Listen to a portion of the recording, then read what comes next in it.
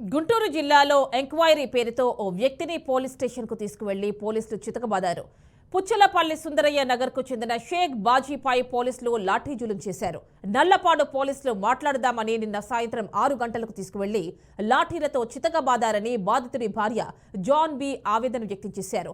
ఈ ఘటనకు కారకులైన head constable Subbarao, constable సైదాపై చర్యలు తీసుకోవాలని బాధితుడి భార్య జాన్ బి డిమాండ్ చేశారు. ఇక తీవ్ర అస్వస్థతకు గురైన బాధితుడిని ప్రభుత్వ హాస్పిటల్కి తరలించారు.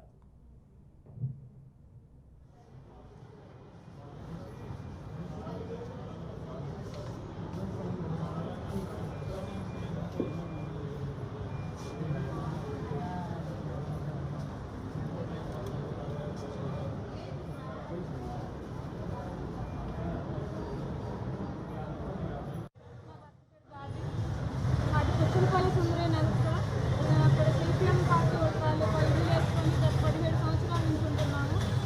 అక్కడ ఉన్న కాడ నుంచి మొదటి నుంచి మేము వైసీపీ పార్టీకే మద్దతు ఇస్తుంటాం సార్. ఏదైనా సరే ఏదైనా అధికారం ద్వారా పేద ప్రజలకు పనులు చేపించాలన్నా మా వారే చేపించారు సార్. అక్కడ రోడ్లు కానీ, ఇళ్లలో పంపులు కానీ, కరెంట్లు కానీ పెద్దవారిని పట్టుకొని మా వారు రాజకీయాల్లో తిరుగుతూ చేపించారు సార్. 450 ఇంట్లు ఉన్నాయి. వాటన్నిటికీ మనం చిన్నైనా పెద్దైనా మమ్మల్ని గౌరవిస్తారు సార్.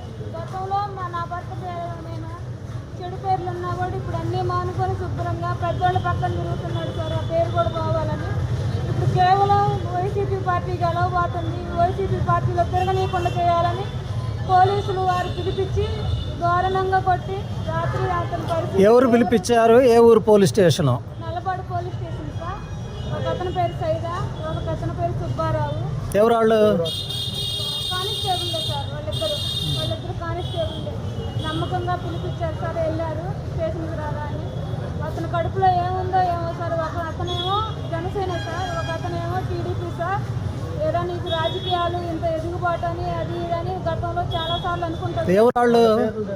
వాళ్ళ పేరు తెలుసు సార్ నాకు. సైదా ఒక అతని పేరు సుబ్బారావు సార్.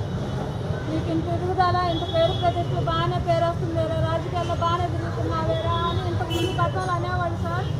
ఇప్పుడు అది కడుపులో పెట్టుకొని వాళ్ళు చెరువు ఒక పార్టీ ద్వారాగా ఉంటా నా భర్తను దెబ్బతీశారు సార్. రాత్రి బాగా కొట్టేశారు సార్. బాగా వాళ్ళంతా గాయాలు. ఎవరు వచ్చి తీసుకెళ్లారు? ఎన్నింటికి తీసుకెళ్లారు?